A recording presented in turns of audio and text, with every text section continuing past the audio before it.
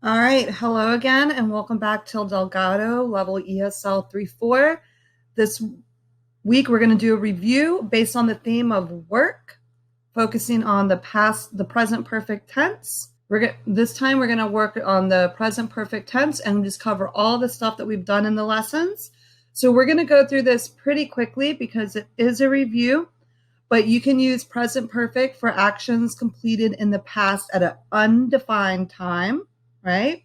So I have paid my bills. You don't know when, but I've done it. You can use present perfects for actions that began in the past and continue to the present. So I've eaten dinner nearly every day of my life, right? We have made turkey every Thanksgiving. Those are things that'll keep going on and on, right? All right. So with this present perfect, a lot of times people will ask you questions using this tense, and usually it's very useful to use since or for to respond. Since is used with a specific point in time, and for is used with a duration of time. So we could say, how long have women voted? And you could say women have voted since 1920, that specific year. Or you could say women have voted for 100 years, a duration of time. Here are some common questions and common responses using this for and since. And just one more graph to kind of show you how it works. We have for you some fill in the blank questions. You need to take the word and the verb and put it in the past participle, and then use the word since or for in addition to fill in the blanks. The next thing we'll cover, and your teachers will go over those answers with you in class. The next thing that we'll cover is lately versus recently. So lately is used to discuss an ongoing event, and recently is to discuss something that has concluded an action. So we might say, wow, this baby has been kicking a lot lately. That the baby kicks every day over and over, right? But we could say, oh, you poor dear, I delivered my baby recently, and you have even more to look forward to. LOL, right? So if she delivered the baby recently, she's done with that. She's not going to do it again, right? That's not how babies work. So we have a bunch of questions for you with recently and lately, and you read over those by yourself and with your classmates, and then use these sentence frames to respond. Should do those in pairs, ask and response. All right. The next thing that we covered this session was enough versus two. So we'll say that there is enough water for the fish. There is not enough water for the fish.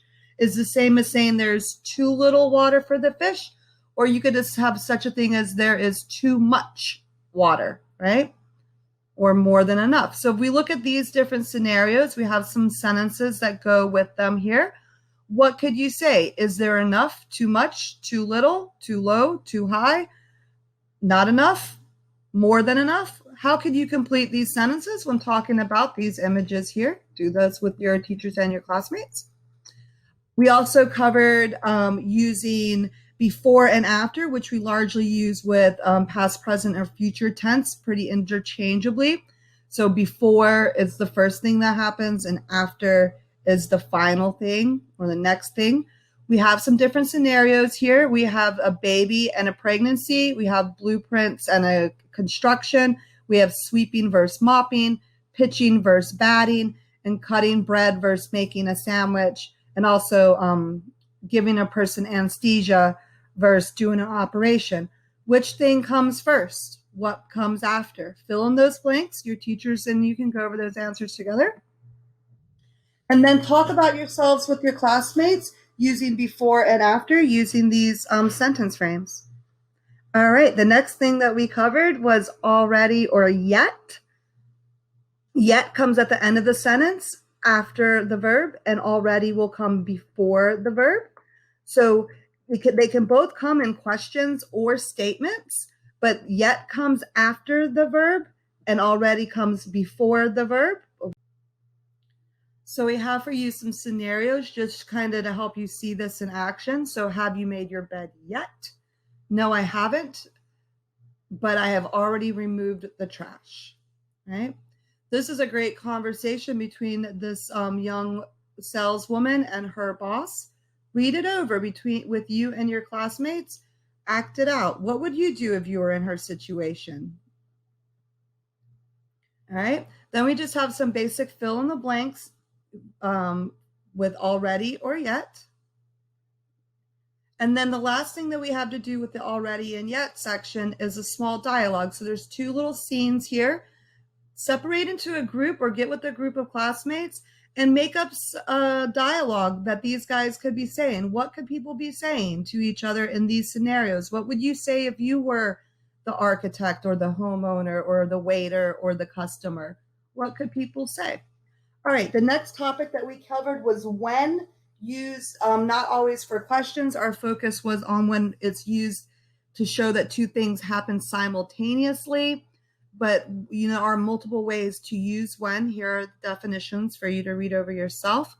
But I like this graphic here. It says, or when you think of garbage, think of Akeem. Think of Akeem when you think of garbage. That's a great movie. I don't know if you've seen that. Or I'll pay you when I can pay you. Right? So those two things will occur at the same time, right? I'll pay you when I can pay you. When you think of garbage, think of Akeem, right? When you push, I'll pull. So again, when we use when, after, and before, we often create dependent complex sentences that have an independent and a dependent clause. When the dependent clause comes in the beginning of the sentence, you need a comma, and when it comes at the end, you don't need a comma. We've had here for you just some basic questions to talk about yourself with your classmates and some sentence starters for you, so please do use those. Next thing that we talked about was because of versus because. We're going to focus on because without the of, just is a little bit easier. And so we have some questions for you about a new job, and you can respond to them using your vocabulary and your thoughts and the word because, and talk about those with your classmates. And then the last thing that we covered in this section was could, should, and would. So remember that could is for possibilities and should is for recommending the right thing. Would is to show your intention or desire to do something. So I would buy a big house, or I would like a big house if I found a genie lamp, right? Or I would wish to fly. All right, so we're going to wrap it up quickly here. I know we're going through fast, but we reviewed all this. I know we're going through fast, but this should just be a review, and you can talk with your teachers and take your time to read over your materials. But we're going to look at some different scenarios, and you'll decide what people should or should not do. Also, just for those interested, there is a real job fair October 7th, 5:30 to 7. It's a online Zoom call job fair, but they have some interesting jobs listed here. If you would be interested, maybe you should attend the job fair, see what it's about. Okay, so scenario number 1, Wolverine was walking down the street when he saw this sign. He doesn't have any resumes with him. Should he go in and apply? What do you think? All of these ladies are applying for the waitress job. Who should the manager hire and why? What do you think? What's your opinion? This guy wants to get a job to impress his girlfriend, but he doesn't have any experience as a mechanic. What could he do to gain the experience and the qualifications to be a mechanic? And this job says that you need to text 330. You need to text this message to 33011 to apply for the job. But Mike does not have a cell phone. As you can see, he's a time traveler. So what should he do to apply for this job? What could he do? What would you do if you were him? All right. Thank you. Enjoy your conversation, and we'll see you next time. This week of the 6th through the 9th will be your final live class meets for session 2. Make sure that you're checking in with your teacher about testing. We will have conversation meets during the intersession. We'll send a flyer about that soon. And we hope for all of you to stick with us. Tell your friends to join us, like and subscribe. And we hope to see you all in session 3. Thanks for sticking with us, y'all. Bye-bye.